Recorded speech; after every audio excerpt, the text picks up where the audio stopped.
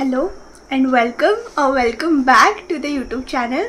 माझं नाव आहे स्नेहल शिंदे आणि मी UPSC CSEचा इंटरव्ह्यू दिलेला आहे 2022मध्ये. मला MPSC मेन्सचा अनुभव आहे, UPSC मेन्सचा अनुभव आहे आणि सिन्स राज्यसेवेचा पॅटर्न आता चेंज झाला आहे सो मी हा चॅनल काढला आहे तुम्हाला सर्वांना हेल्प करायला. तर आज आपण काय करणार आहे, जॉग्रफीचे जे PYQ आहेत फ्रॉम 2021, 22, 23 आणि 24 ह्या 4 वर्षाचे PYQ प्रिव्हियस इयर क्वेश्चन्स जे प्रिलिम्समध्ये विचारले गेलेत ते सगळे आपण पाहणार आहोत आणि ॲनालाइज करणार आहोत की नक्की त्याचं थीम्स काय आहेत मेन आणि काही टिप्स आणि ट्रिक्स आहेत जे आपल्या ह्या PYQमधून शिकायला मिळतात आणि आपलं प्रिपरेशन काय डिरेक्शनमध्ये असलं पाहिजे ह्या PYQचा ऑप्टिमम युटिलायझेशन करण्यासाठी. कारण की आयोगाकडून आपल्याला दोनच गोष्टी दिल्या गेल्यात, एक आहे सिलेबस आणि दुसरे आहेत PYQ. दोनच गोष्टी आयोगाने आपल्याला दिल्यात. बाकी सगळे जे पण बुक्स आहेत, जे पण मटेरियल्स आहेत ते सगळे कोचिंग इंडस्ट्रीजने बनवलेले आहेत आणि they have their own limitations. म्हणून आपण आयोगाकडून मिळालेल्या मेन सोर्सचा यूज करायला पाहिजे. आणि सगळे टॉपर्स पण सारखं रिइटरेट करतात की PYQs खूप इम्पॉर्टंट आहेत आणि त्यांचं डीप ॲनालिसिस करून कट ऑफ इझिली क्रॉस होऊ शकतो प्रिलिम्सचा. यावर्षी प्रिलिम्सचा कट ऑफ 117 गेला आहे, दॅट इज नो जोक. पण जर तुम्ही PYQ ॲनालाइज केले असतील तर तुम्हाला समजेल की yes it was on the predicted themes, predicted लाईन्सवर होते प्रश्न म्हणून कट ऑफ एवढा हाय गेला आहे. तर जर प्रिडिक्टेड लाईन्सवर आहेत आणि बाकी सगळे हे प्रिडिक्ट करून हाय मार्क्स आणू शकतात तर आपण का नाही, आपणही त्याच डिरेक्शनमध्ये प्रिपरेशन करायला पाहिजे, त्याच डिरेक्शनमध्ये समजून घ्यायला पाहिजे. आणि that's why I am here. आज आपण आयोगाच्या वेबसाईटवरून डाउनलोडेड PYQs थरली ॲनालाइज करूया. त्यातून थीम्स काय अंडरस्टँड होत आहेत, आपण कोणते टिप्स आणि ट्रिक्स डिसिफर करू शकतो ह्या PYQsमधून आणि कोणत्या डिरेक्शनमध्ये आपल्याला स्टडी करायला पाहिजे हे 3 गोष्टी आज या लेक्चरमधून तुम्हाला समजणार आहे. आणि तुम्ही स्वतः तुमची विजन ब्रॉडन होणार आहे की मी बस तुम्हाला थीम्स दिले तर that will not be that useful. तुम्हाला आन्सर्स आठवणार नाही, थीम्स आठवणार नाही. एक्झाममध्ये स्पून फिडिंग केलं तर हाच प्रॉब्लेम असतो. म्हणून स्पून फिडिंग न करता माझ्यासोबत तुम्हीही हे ॲनालिसिस करायला शिकावं हे माझं मेन एम आहे आणि that's why we are doing this initiative. So let's get started and watch till the end. काहीही क्वेश्चन असेल कमेंट्समध्ये तुम्ही विचारू शकता आणि please like, share and subscribe this channel because I am seeing खूप लोक वॉच करतात पण सबस्क्राईब नाही करत आहेत. तर प्लीज सबस्क्राईब करा. That is my only motivation and thank you so much. Let's get started. Okay, तर आता आपण बघतोय 2021चा पेपर बघतोय सगळ्यात आधी. आणि 2021च्या हिस्ट्रीच्या क्वेश्चन्सचं ॲनालिसिस मी मागच्या व्हिडिओमध्ये केलं आहे. मागच्या व्हिडिओमध्ये असंच ॲनालिसिस हिस्ट्रीच्या क्वेश्चन्सचं केलं आहे मी, तर ते तुम्ही बघू शकता जर तुम्ही ती व्हिडिओ पाहिली नाही आहे. आणि आता हे जॉग्रफीचं करतो आहे. आता 15व्या प्रश्नापासून जॉग्रफी मोस्टली स्टार्ट होतो. ए सेट असेल तर 15th क्वेश्चनपासून जॉग्रफी स्टार्ट होतो आणि ऑन अन ॲव्हरेज 15 क्वेश्चन्स येतात दरवर्षी जॉग्रफीवर. हे सगळं कसं सांगू शकते, मी प्रिडिक्शन केलं आहे आणि मला माहिती आहे आणि मी PYQ वाचलेत म्हणूनच मी तुम्हाला सांगू शकते की 15 क्वेश्चन्स ऑन अन ॲव्हरेज हिस्ट्रीचे येणार आहेत, 15 क्वेश्चन्स ऑन अन ॲव्हरेज जॉग्रफीचे येणार आहेत. आणि इट इज फिक्स की दरवर्षी असंच होतं तर ह्यावर्षी पण मोस्ट प्रॉबेबली असंच होणार आहे. तर फर्स्ट क्वेश्चन बघूया. आपल्याला आन्सर बघण्यात इंटरेस्ट नाही आहे. आन्सर आपण वाचल्यानंतर आपल्याला समजेलच किंवा काही क्वेश्चन एवढे इझी आहेत की तुम्हाला आन्सर इझिली समजून जाईल. पण आपल्याला इंटरेस्ट काय, थीम्स बघण्यात आणि काय बॅकग्राऊंड आहे हे बघण्यात. तर सगळ्यात पहिलं काय, विच ऑफ द फॉलोइंग लँडफॉर्म्स, म्हणजे लँडफॉर्म्सवर प्रश्न विचारला जातो. लँडफॉर्म्स आता कोणते विचारलेत, सी वेव्ह इरोजनचे लँडफॉर्म्स विचारलेत. आता हा क्वेश्चन पाहिल्यानंतर कोणताही हुशार विद्यार्थी काय करणार, तो किंवा ती विंड इरोजनचे, रिव्हर इरोजनचे, ग्लेशियर इरोजनचे सगळे लँडफॉर्म लर्न करणार. कारण की हा प्रश्न आला आता वेव्ह इरोजनवर, भविष्यात बघायलाच मिळणार की रिव्हरवर विचारले जातील किंवा विंडवर विचारले जातील. म्हणजे छोटंसं काम आहे हे, 5 मिनिट्स लागतील तुम्हाला सगळे लँडफॉर्म लर्न करायला. पण हे आहे smart study, this is smart study. तर एक थीम आपल्याला दिसली आहे की लँडफॉर्म इरोजन. ओके, इरोजन, डिपॉझिशन नाही, इरोजन नी बनणारे लँडफॉर्म्स कोणते हे तुम्ही बघून आन्सर तुम्हाला माहितीच असेल, तुम्ही काढू शकता. नेक्स्ट बघा, which of the following group of cities are connected by the golden quadrilateral national highway system. म्हणजे जे असे युनिक नेम आहेत, गोल्डन कॉर्डिलॅटरल असेल, किंवा आपल्याकडे ग्रँड ट्रंक रोड असेल, किंवा आपल्याकडे नॅशनल हायवे 1 असेल, वॉटरवे 1 असेल, हे जे सगळे फेमस रोड्स आहेत किंवा फेमस नेटवर्क्स आहेत, हे कोणत्या एरियाजला कनेक्ट करतात हे जाणणं खूप जरुरी आहे, कारण की ह्यावर प्रश्न विचारले गेलेत. आणि आता आपण 2021चा बघतो, तुम्ही 2018-19 मध्ये बघाल तरी असे प्रश्न कॉमन आहेत. सो हे एक थीम आपल्याला भेटलाय. लँड फॉर्म्स, फिजिकल जॉग्राफी मधले सगळे व्यवस्थित प्रिपेअर करायचे आणि जे इम्पॉर्टंट रोड आहेत, हायवे सिस्टम आहेत, इंडियाचे असो किंवा महाराष्ट्राचे असो, आता समृद्धी महामार्ग आहे त्याच्यावर नक्कीच प्रश्न विचारला जाणार, because it is a very well non, very in news topic. तर हेच नेक्स्ट आपण बघूया. हे आहेत रिजन्स आणि त्यामध्ये फ्लो होणारे विंड्स, म्हणजे हॉट विंड्स, कोल्ड विंड्स. हे पण एकदम फॅक्च्युअल डेटा आहे, लर्न करण्यासारखं आहे. आणि हे क्वेश्चन्स वारंवार वेगवेगळ्या स्टेट PSCच्या क्वेश्चन पेपरमध्ये तुम्हाला बघायला भेटतील. तर हा म्हणजे विचारला जाण्यासारखा प्रश्न आहे आणि खूप प्रिडिक्टेबल प्रश्न आहे. तर आतापर्यंत आपल्याला काय भेटलंय, फिजिकल जॉग्राफीमध्ये जे विंड्स आहेत, म्हणजे जो फॅक्च्युअल डेटा आहे तो तुम्हाला लर्न करायचा आहे, रॅदर दॅन की त्यांचं मेकॅनिझम वगैरे लर्न करत बसण्यापेक्षा हे तुम्हाला मॅच द फॉलोइंगचे खूप सगळ्या टाईपचे प्रश्न तुम्हाला जॉग्राफीमध्ये दिसतील. म्हणजे एक टाईप असेल की लँडफॉर्म्स असतील वेगवेगळ्या टाईपचे आणि त्यांचे क्रिएटर्स किंवा त्यांचे नॅचरल एजंट्स एका साईडला दिलेले असतील, हा एक टाईप आहे. विंड्सचा एक टाईप आहे, ओशन करंट्सचा एक टाईप आहे. म्हणजे हे फॅक्च्युअल डेटा, म्हणजे कोणचे ओशन करंट्स कोणत्या ओशनमध्ये वाहतात, हॉट आहेत का कोल्ड आहेत, असे फॅक्च्युअल डेटा तुम्हाला खूप वेळा प्रिलिम्समध्ये दिसतील. तर भलेही तुम्हाला लोकल विंड्सचं अख्खं मेकॅनिझम नसेल, पण या विंड्सचं तुम्हाला फॅक्च्युअल माहिती नसेल की नक्की बाबा सिरोको किंवा खमसीन ही विंड कुठे ब्लो करते, तर you will be not in a position to solve it. तुम्हाला एक जरी माहीत असेल की फोहन बाबा अल्प्समधून फ्लो करते, तर सगळे एलिमिनेट होऊन डायरेक्ट तुम्ही आन्सरपर्यंत पोहोचताय. ओके, एलिमिनेशनचा पण एक खूप इम्पॉर्टंट रोल आहे मॅच द फॉलोइंग क्वेश्चन्समध्ये. तर मॅच द फॉलोइंग क्वेश्चन्सला तसंच अटेम्प्ट करायचं. एक तरी आपल्याला किती माहिती आहेत हे ट्राय करायचं. आता सपोज हे सिमून, हे कधीच कोणी ऐकलेलं नाही आहे, पण ते ऐकायची गरजही नाही हा क्वेश्चन सॉल्व्ह करण्यासाठी. ही ट्रिक, ही विजडम तुम्हाला तेव्हाच समजेल जेव्हा तुम्ही खूप PYQ सॉल्व्ह केले असतील. आणि that's why I am here and I am explaining to you. आणि ॲक्च्युली खूप सगळ्या PYQच्या प्रिव्हियस म्हणजे रॉंग आन्सर्समधून पण भविष्यात प्रश्न बनतात. रॉंग आन्सर्समधूनच नंतर प्रश्न उठतात, तिथून बनतात. एस्पेशली सोशल रिफॉर्मर्सचे रॉंग आन्सर्स पण तुम्हाला इन डीप स्टडी करणं खूप जरुरी आहे, कारण की एक्झामिनर पण असंच क्वेश्चन्स बनवतो, तो किंवा ती असंच बसतात आणि ते बनवायला लागतात क्वेश्चन्स. पहिलं काय विचारले त्याच लाईनवर आता पण विचारतात. म्हणून PYQचा डीप ॲनालिसिस खूप जरुरी आहे. आणि ह्याचे रॉंग आन्सर्स पण जर तुम्हाला पाहिजेत की मी रॉंग आन्सर्स पण एक्सप्लेन करणारी व्हिडिओ बनावी किंवा रॉंग आन्सर्स पण एक्सप्लेन करून हवे आहेत, असं इन डीप ॲनालिसिस हवं आहे, तर प्लीज कॉन्टॅक्ट मी टेलिग्रामवर. आणि I plan on doing something really great for our community. आणि काहीतरी लॉन्च करेल, काहीतरी चांगलं, सगळ्यांना हेल्प होईल असं. आणि ज्यांना पण प्रिलिम्सची भीती वाटते किंवा ज्यांना वाटतं की अरे माझं प्रिलिम्समुळे सिलेक्शन अडतं, त्यांच्यासाठी हा एकदम रामबाण उपाय राहणार आहे. आणि ही PYQच आहेत की टू सक्सेस. मी नाही म्हणत आहे, सगळे टॉपर आजपर्यंत कोणता इंटरव्ह्यू उचलून बघा, कोणता टॉपर तुम्हाला भेटणार नाही जो PYQचं गुणगान करत नाही. ठीक आहे, आता नेक्स्ट काय, which mountain range is found between Karakoram and Pir Panjal. म्हणजे हे जे ट्रान्स हिमालयन रेंजेस, शिवालिक, त्यांचं लाईन दिलेलं आहे अख्खं, ते तुम्हाला लर्न करायचं आहे. अख्खं ते जे लाईन दिलेलं आहे, झास्कर, काराकोरम, पीर पंजाल, असं काराकोरम, झास्कर, पीर पंजाल, ग्रेट हिमालया, शिवालिक, मग खालचा हिमाद्री, ते सगळे जे लाईनीने दिले आहेत ते सगळं लाईननी लर्न करायचं आहे. हे तुम्हाला ह्या क्वेश्चनमधून समजतंय. हे सगळं कुठून विचारलं गेलं आहे, हे सगळे प्रश्न कोणत्या बुकमधून हल होत आहेत, कोणत्या बुकमधून सॉल्व्ह होत आहेत, 11च्या NCERTमधून सॉल्व्ह होत आहेत. आता हे बघून घेतली ना हा लेक्चर, त्यानंतर जा आणि 11ची NCERT खोला आणि बघा एकूण एक PYQ त्यातून सॉल्व्ह होतोय का नाही होतोय. जर PYQ सॉल्व्ह होतात तरच सोर्सचा इम्पॉर्टन्स आहे आणि असा तो एकदम worth its weight in gold source आहे. तर 11ची NCERT खोलून बघा फिजिकलची होते का नाही solve. Okay, which of the following countries of the world having the highest density of population. Year 2012.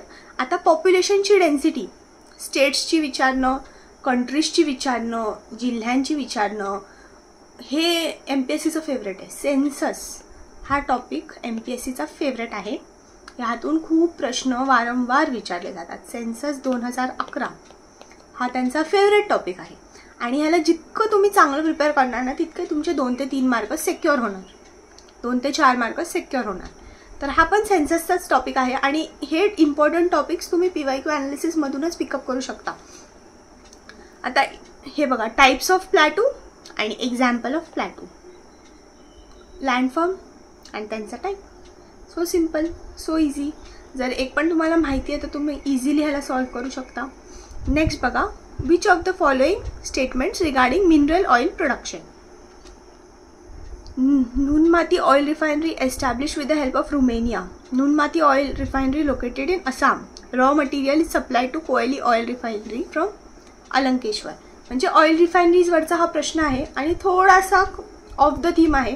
ह्याला तुम्ही स्किप पण करू शकला असतात जर तुम्हाला नसतं येत बाबा नुनमाती काय आहे हे माहितीच नाही आहे, तर you can always skip difficult questions. Always try to attempt question जे तुम्हाला येतात पहिल्या रीडिंगमध्ये. आणि क्वेश्चन पेपर कसा अटेम्प्ट करायचा ही पण एक स्किल आहे. MCQ बेस्ड क्वेश्चन पेपर कसा अटेम्प्ट करायचा ही पण एक स्किल आहे. ती पण तुम्हाला कोणीतरी शिकवली पाहिजे. म्हणूनच लोकांच्या प्रिपरेशनमध्ये 4-4 वर्ष ह्याच्यासाठी जातात की तुम्हाला ती स्किलच माहिती नाही आहे, तुम्ही अभ्यास करून जात आहे. Everyone is studying. जर तुम्ही ही व्हिडिओ आत्तापर्यंत बघताय तर मी तुमच्या स्टडी करण्यावर डाऊटच घेत नाही आहे. विषय हा आहे की स्टडी करता येतो का तुम्हाला. नाचायला आपण सगळे नाचू, पण चांगलं कोणाचं दिसणार आहे, ज्यांना नाचता येतं, ज्यांना डान्स येतो, ज्यांनी डान्सचा क्लास लावला आहे. आणि विषय काय, कोचिंगमध्ये कॉम्पिटेटिव्ह एक्झाम्सच्या किंवा एस्पेशली MPSC UPSCच्या ते आपल्याला स्टेप शिकवतात, पण ते अरे बीटला फॉलो करून नाच, बीट 1 2 3 4 ऐक, हे आपल्याला कोण सांगतच नाही. ही अशी स्टेप आहे, सर असं करतात, मला तर जमतच नाही. This is the problem of the coaching industry. आणि ती प्रॉब्लेम आता सॉल्व्ह कसं होणार, कारण की बघा, जेव्हा आपण स्कूलला जायचो तेव्हा पर्सनलाइज मेंटरशिपमधून शिकायचो. ट्युशन टीचर, आपले स्कूलचे टीचर आपल्या पाशी बसलेले असायचे, आपल्याला शिकवायचे. आता कसं एक कोर्स आपल्या तोंडावर फेकून मारतात, हे घ्या कोर्स, काय करायचं ते कर, असं असतं का. दॅट्स वाय आपली स्किल डेव्हलपमेंट नाही होते. तर आपल्याला स्वतःच आपली स्किल डेव्हलपमेंट करावी लागेल आणि त्यासाठी PYQ अटमोस्ट इम्पॉर्टन्स. तर हा क्वेश्चन सोडण्यासारखा होता, तुम्हाला आयडिया आहे तर एलिमिनेशन करण्यासारखं होतं आणि मग बघू शकलो असतो आपण सॉल्व्ह करता येतोय का नाही. Arrange the following geological periods of the earth from oldest to newest. पुन्हा 11th NCERT मधून डायरेक्ट फॅक्च्युअल क्वेश्चन. एक टेबल दिलेला आहे ह्याचा, आणि ज्यांनी नीट दिली असेल त्यांनी तर हे लर्नच केलं असेल. डायरेक्ट 11th NCERT मधून पिकअप क्वेश्चन आहे, फॅक्च्युअल आहे, टेबलमधून विचारल्या. नेक्स्ट परत बघा, आता काय, ग्लेशियर आणि तो प्लेस कुठे आहे ह्याचं जॉईन करायचं आहे. सियाचिन कुठे आहे, जेमू कुठे आहे, गंगोत्री कुठे आहे, रायमो कुठे आहे, जॉईन करायचं आहे. तर सियाचिन तुम्हाला माहिती आहे हे काश्मीर. झालं का सगळं एलिमिनेट, झालं सगळं एलिमिनेट, आलो आन्सरवर. It's so easy. काही काही क्वेश्चन्स इझी पण आहेत आणि हे जर तुम्ही PYQ बघितलेले असेल तर तुम्हाला कॉन्फिडन्स राहतो की हो MCQ असे मल्टिपल चॉईस जॉईनिंगवाले, मॅच द फॉलोइंगवाले क्वेश्चन आले तर मी सॉल्व्ह करेल. हे PYQ सॉल्व्ह केल्यानंतर तो कॉन्फिडन्स राहतो, तो कॉन्फिडन्स बिल्ड होतो. पुन्हा आता we have a match the following question. National park सँच्युरी आणि स्टेट यांचं मॅचिंग तुम्ही करू शकता, इझीच आहे. पुन्हा काय आहे, कॉन्टिनेंट्स, हे प्लॅटूज कुठे लोकेटेड आहे आणि कोणत्या कॉन्टिनेंटवर लोकेटेड आहेत, मॅच द फॉलोइंग क्वेश्चन.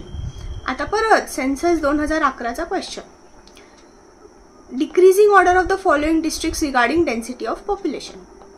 महाराष्ट्रात आहेतच किती डिस्ट्रिक्ट रे. 2011चा सेन्सस घोळून प्यायचा आहे, कारण की नक्कीच ह्याच्यातून प्रश्न येणार आहे. 2025च्या प्रिलिम्समध्ये पण 2011च्या सेन्ससमधून प्रश्न दिसणार आहे. मी आज लिहून देते तुम्हाला, आज सांगते, दिसणार आहे. तर 11चं सेन्सस किती इम्पॉर्टंट आहे, त्याला किती व्यवस्थित करणं गरजेचं आहे हे तुम्हाला स्वतःच्या डोळ्याने दिसतंय. नेक्स्ट काय आहे, which of the following industry produces agricultural tools on a large scale. Agricultural tools, आता हे किर्लोस्कर ज्यांना माहिती आहे त्यांना माहिती आहे की महाराष्ट्राचेच आहेत आणि फेमस आहेत, पण नसेल माहिती तरी हा क्वेश्चन तुम्ही स्किप करू शकले असता. आता रिव्हर आणि त्याचा वॉटरफॉल काय काय पाहिलं आतापर्यंत आपण. लँडफॉर्म बघा, आता पुन्हा आपल्याला दिसतंय रिव्हर आणि त्याचं वॉटरफॉल मॅचिंग. त्यावर प्रश्न आलेला आहे. मॅच द फॉलोइंगचेच किती प्रश्न दिसतात. आणि हा शेवटचा प्रश्न आहे कोणत्या प्लॅनेटविषयी आहे. आता हा जो प्लॅनेट होता ना तो त्यावर्षी न्यूजमध्ये होता खूप, कारण की तिकडे मिशन्स केलेले आणि this was kind of a current affair linked question. हा प्लॅनेट न्यूजमध्ये होता, सारखे ह्याच्यावर एडिटोरियल्स येत होते आणि म्हणून हा प्रश्न पण तुम्हाला इथे दिसतोय.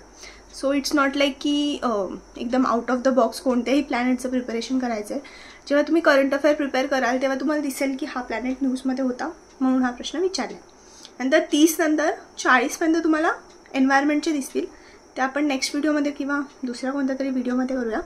आतापर्यंत आपण 21चे प्रश्न पाहिले. ओके, 21चे प्रश्न पाहिले. आपल्याला समजले की 21चे प्रश्न काय होते आणि काय प्रश्न त्यात विचारले गेले होते. थीम्स काय होते, थीम्स काय काय पाहिले आपण. फर्स्ट पाहिलं लँडफॉर्म्स, मग पाहिलं 2011चा सेन्सस खूप इम्पॉर्टंट आहे. मग पाहिलं match the following of factual questions खूप इम्पॉर्टंट आहेत. जर तुम्ही मॅच द फॉलोइंगचेच प्रश्न पाहिले तर 6 to 7 क्वेश्चन्स मॅच द फॉलोइंगचे होते त्यावर्षी 2021मध्ये. तर ते तुम्ही इझिली सॉल्व्ह करू शकला असतात जर तुम्हाला आयडिया असती की कसं करायचं. आता बघूया 2022चा प्रश्नपत्रिका बघूया 2022ची. सेम म्हणजे असं ना सगळ्याच वर्षाचे तुम्हाला इंडिप ॲनालिसिस करावी लागेल, तेव्हाच तुम्हाला चांगले मार्क भेटू शकतील आणि कट ऑफ तुम्ही इझिली क्रॉस करू शकाल. म्हणजे इझिली म्हणजे घरी आल्यावर टेन्शनच घ्यायचं नाही ना, आन्सर की जॉईन करायची, माहिती आपल्याला कट ऑफ क्लिअर होणार आहे. ह्या लेवलचं इज पाहिजे असेल तर माझ्यासोबत पण तुम्ही PYQ ॲनालिसिस करू शकता किंवा स्वतः पण करू शकता ॲज यू विश. आता हा काय प्रश्न आहे हा ॲक्च्युली मे 2019मध्ये जो स्टॉर्म आलता त्यावर हा प्रश्न आहे. म्हणजे थोडासा करंट अफेअर आहे आणि थोडासा आहे काय म्हणतो आपण स्टॅटिक आहे, पण मोस्टली करंट अफेअर कोऑर्डिनेटेडच हा जॉग्रफीचा पहिला प्रश्न आहे. मग आहे मिडल एज आणि कॉपर एजमध्ये ह्युमन सेटलमेंट्स कुठे भेटले महाराष्ट्रामध्ये, हे सगळ्यांनाच माहिती आहे आणि इझी क्वेश्चन आहे हा. नेक्स्ट परत मॅच द फॉलोइंगचा प्रश्न तुम्हाला दिसतो इथे. परत मॅच द फॉलोइंगचा प्रश्न दिसतोय आणि इट इज म्हणजे सारखे मॅच द फॉलोइंगचे प्रश्न विचारतात आणि फेअरली इझी असतात, तुम्ही सॉल्व्ह करू शकता. ओके, आता हे बघा परत मॅच द फॉलोइंग आहे की कोणती थिअरी आहे आणि कोणी दिलं आहे. हे 11thच्या NCERTमध्ये डायरेक्ट दिलेलं आहे की कोणती थिअरी कोणी दिली आहे. लाईन त्यांनी समजवलं आहे की बाबा ही थिअरी यांनी दिली, मग ती कॅन्सल झाली, मग नेक्स्ट थिअरी आली, अशी लाईनीने त्यांना शिकवलं आहे. त्यावर डायरेक्ट फॅक्च्युअल प्रश्न आहे. फादर ऑफ ह्युमन जॉग्रफी ह्याचं पण डायरेक्ट नाव 12च्या ह्युमन जॉग्रफीच्या NCERTमध्ये दिलेलं आहे डायरेक्ट, म्हणजे तिथूनच उचलला आहे हा प्रश्न. परत तुम्ही बघू शकता टाईप ऑफ स्ट्रीम आणि त्याचं एक्सप्लेनेशन म्हणजे त्याचं डेफिनेशन हा प्रश्न आहे मॅच द फॉलोइंग टाईपमध्ये आहे. मग हा रिव्हर सिस्टम्सवर प्रश्न आहे. गेल्या वर्षी आपल्याला रिव्हर सिस्टमवर प्रश्न दिसला नव्हता, यावर्षी आपल्याला 2 दिसलेत. ओके, पण physical geography is most important. Core physical geography म्हणजे कॉन्सेप्ट्स आणि फॅक्ट्स हे मोस्ट इम्पॉर्टंट आहे, त्यावरच प्रश्न विचारले जातात. तेच आपल्याला व्यवस्थित प्रिपेअर करणं जरुरी आहे. ओके, आता माउंटन कुठे लोकेटेड आहे. प्रवरा आणि कुकडी नदीच्या मध्ये कोणते माउंटन लोकेटेड आहेत. रिव्हर मंजिरा कुठून फ्लो होते आणि सातमाला आणि अजंठा माउंटन रेंजेस कुठे आहेत. हे काय आहे महाराष्ट्राची geography. Maharashtra geography is most important, ह्यावर नक्कीच प्रश्न विचारले जातात. महाराष्ट्राची फिजिकल जॉग्रफी पण आणि महाराष्ट्राची ह्युमन जॉग्रफी पण. महाराष्ट्राची हिस्ट्री पण खूप इम्पॉर्टंट आहे, ते पण आपण मागच्या लेक्चरमध्ये पाहिलं आहे. तसंच आता महाराष्ट्राची जॉग्रफी पण इम्पॉर्टंट आहे. पुन्हा इथे तुम्हाला मॅच द फॉलोइंग टाईपमध्ये प्रश्न दिसतोय. वेगवेगळ्या टाईपचे फोल्ड्स गेल्या वर्षी पाहिलेलं आपण वेगवेगळ्या टाईपचे प्लॅटूज माउंटन्स हे विचारलं होतं, आता वेगवेगळ्या टाईपचे फोल्ड्स विचारत आहेत. त्यानंतर इथे बघूया भाबर प्लेन्स म्हणजे हे फिजिकल जॉग्रफीमध्ये लँडफॉर्म्समध्ये रिव्हर लँडफॉर्म्समधला हा प्रश्न आहे. म्हणजे जर तुम्हाला गेल्या वर्षीचं तुम्ही PYQ ॲनालिसिस केलं असतं 21चं तर तुम्हाला कळलं असतं की लँडफॉर्म्स मोस्ट इम्पॉर्टंट आहे आणि तुम्ही रिव्हर्स ऑलरेडी प्रिपेअर करून बसलेले असतात, तर हा क्वेश्चन तुमच्यासाठी खूप इझी राहिला असता. मग नेक्स्ट आहे सॉईल इरोजन. ॲग्रिकल्चर इन महाराष्ट्रावर आहे. Soil erosion is not a serious problem of agriculture. म्हणजे हे तर कॉमन सेन्सनी सॉल्व्ह होण्यासारखा प्रश्न आहे की बाबा ॲग्रिकल्चरमध्ये soil erosion is a biggest problem. Maharashtra असो किंवा USA असो कोणी असो, soil erosion is the biggest problem. म्हणजे हे रॉंग आहे हा स्टेटमेंट. आणि जर हा स्टेटमेंट तुम्ही एलिमिनेट केला डायरेक्ट उत्तर तुमच्या समोर आहे. एवढं म्हणजे ॲक्च्युली समजण्यासारखं आहे PYQsमधून. एवढं तुम्ही ज्ञान अर्जन करू शकता जितकं तुम्ही PYQsमध्ये डीप जाल. आणि ॲक्च्युली मी आता 21, 22, 23चं तुम्ही स्वतः करणार आहे, 24चं दाखवणार आहे. पण ॲक्च्युली जर तुम्ही 2015 पासून हे केलं नाही एक्सरसाइज, तुमचं इतकं सुंदर अंडरस्टँडिंग डेव्हलप होईल, इतकं सुंदर तुम्हाला समजायला भेटेल की no one can stop you then. आणि तुम्ही स्वतः पेपर सेट कराल 25चा. ह्या लेवलचं तुम्हाला अंडरस्टँडिंग होईल. तुम्हाला स्वतःला दिसेल की हा बाबा ही न्यूज इम्पॉर्टंट आहे, कारण की असे न्यूज पहिले विचारले गेलेले आहेत. करंट अफेअरमध्ये तर तुम्हाला खूप शिकण्यासारखं आहे. जेव्हा आपण करंट अफेअर ॲनालिसिस करू तेव्हा तुम्हाला दिसेलच. बायोस्फिअर रिझर्व्स हे कोणत्या कोणत्या झोनमध्ये डिवायडेड आहेत हा प्रश्न आहे. परत आपल्याकडे तीन मॅच द फॉलोइंग आहेत. तिघांचं मॅच द फॉलोइंग आहे. असं UPSCमध्ये पण गेल्या वर्षी विचारलेले प्रश्न, मग ह्या वर्षी पण विचारणार अशी चर्चा आहे. पण हे 3 मॅच द फॉलोइंगचे प्रश्न आहेत. युनिक आहे पण इझीच आहे क्वेश्चन. तुम्ही अटेम्प्ट केला तर तुम्हाला समजेल इझीच क्वेश्चन आहे. आता ह्या क्वेश्चनचं आन्सर द्यायला मला काही हार्ड नाही आहे, बट तुम्ही स्वतः अटेम्प्ट करून ट्राय करणं आणि मी डायरेक्ट आन्सर प्रोव्हाइड करणं यात फरक आहे. जेव्हा आन्सर चुकीचा होतं तेव्हाच आपल्या आठवणीत राहत होतं. ट्राय टू सॉल्व्ह इट आणि try to find answers for this. ह्याची आन्सर की अवेलेबल आहे. परत मॅच द फॉलोइंगचा प्रश्न आहे. ॲक्च्युली आपल्याला आतापर्यंत 6 मॅच द फॉलोइंगचे प्रश्न दिसलेले आहेत. आता हा बघू statement. Every longitude has a different local time due to rotation of the earth. Standard time system is utilize to remove the difference in local time. हे 2 स्टेटमेंट्स आहेत. परत हे फिजिकल जॉग्रफीमधून डायरेक्ट क्वेश्चन आहे. असा कोणता क्वेश्चन तुम्हाला वाटला का बाबा खूपच डिफिकल्ट आहे, एल निनो, ला निना, ओशनिक डायपोल सगळं मिक्स करून विचारताय जसं UPSCमध्ये विचारतात, किंवा कोणतं तरी विचित्रच फिनॉमिना, लेवांट, हे ते काही विचारायला लागले, असं नाही आहे. MPSCचं थोडंसं प्रिडिक्टेबल, थोडंसं इझी लेवलवर आहे. जर व्यवस्थित अभ्यास केला तर तुम्हाला समजणं इझी आहे.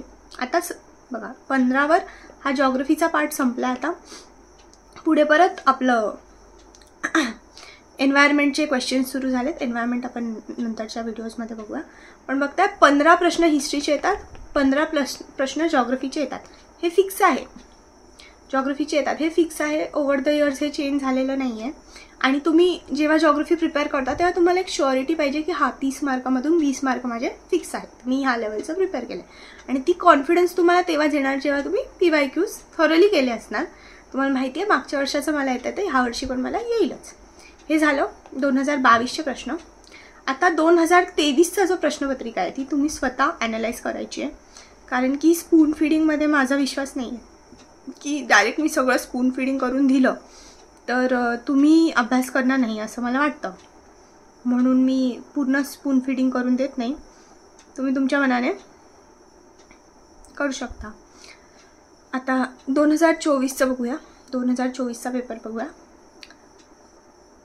आणि 2023चा पण तुम्ही स्वतः ॲनालाइज करून बघणार आहात आणि त्याचा आन्सर मला सांगणार आहात कमेंट्समध्ये की तिथून काही नवीन थीम्स तुम्हाला बघायला भेटलेत का. हे ऑलरेडी आपण हिस्ट्रीचं ॲनालिसिस केलेलं आहे. ते चॅनलवर अवेलेबल आहे. सो गो अहेड आणि चॅनलवर बघा ते. त्याला सोडू नका कारण की त्यातून पण तुम्हाला खूप शिकायला भेटणार आहे. Concern person. आता हे बघा. आता 24मध्ये which of the following is not a characteristic of intensive subsistence agriculture. आता म्हणजे हे डायरेक्ट ह्युमन जॉग्रफीमधून प्रश्न आहे. ह्युमन जॉग्रफीच्या NCERTमध्ये डायरेक्ट दिलेलं आहे की कोणते सबसिस्टन्स ॲग्रिकल्चर आहेत, त्यांचं काय टाईप आहे, त्यांचे काय कॅरेक्टरिस्टिक आहेत. हा क्वेश्चन फेअरली इझी आहे आणि डायरेक्ट ह्युमन जॉग्रफीच्या NCERTमधून आलेला हा प्रश्न आहे.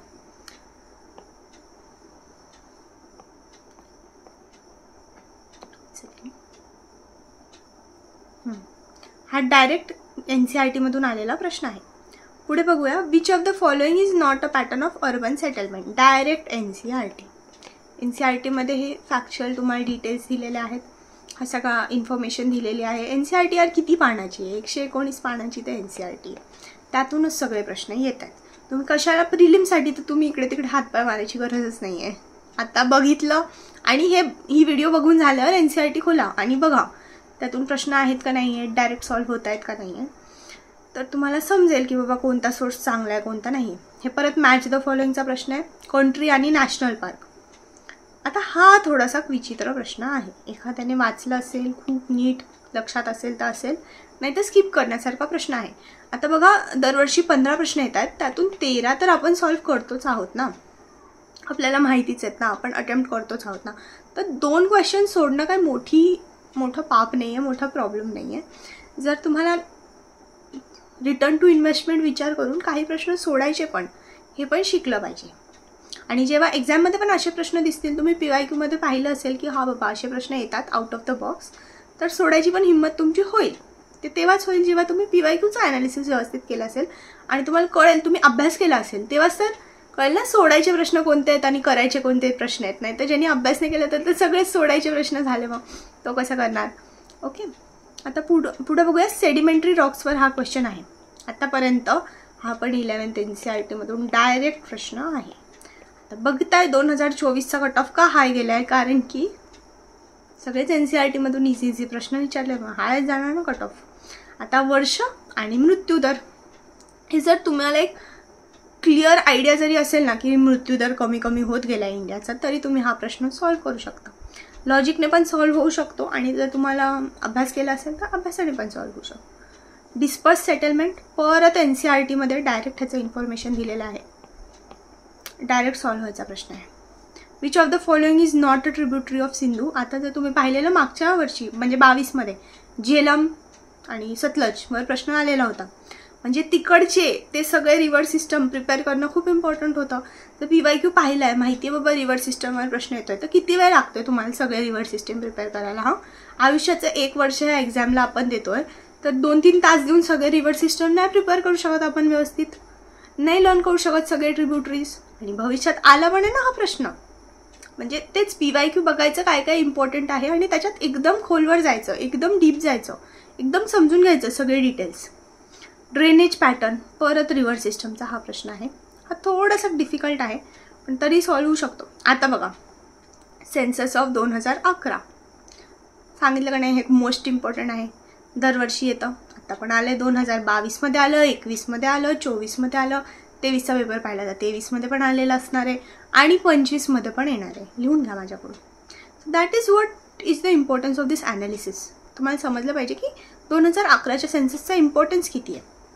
Which of the following is incorrect. आता हा प्रश्न का आला आहे, मॅलडीव्सचे आपले जे लढाई झगडे चालले होते, आपले PM गेलते, PM टुरिझम प्रमोट करत होते इंडियाचं, मग मॅलडीव्सवाल्यांनी त्यांना नावं ठेवली, मग मॅलडीव्सची आपली भांडणं झाली, मग मॅलडीव्सचा 8 डिग्री चॅनल चर्चेत आला, मग त्यानंतर पुन्हा आपले आयलँड चर्चेत आले आणि हे सगळे आयलँड चर्चेत असल्यामुळे ह्या आयलँड्सवर प्रश्न विचारला गेला.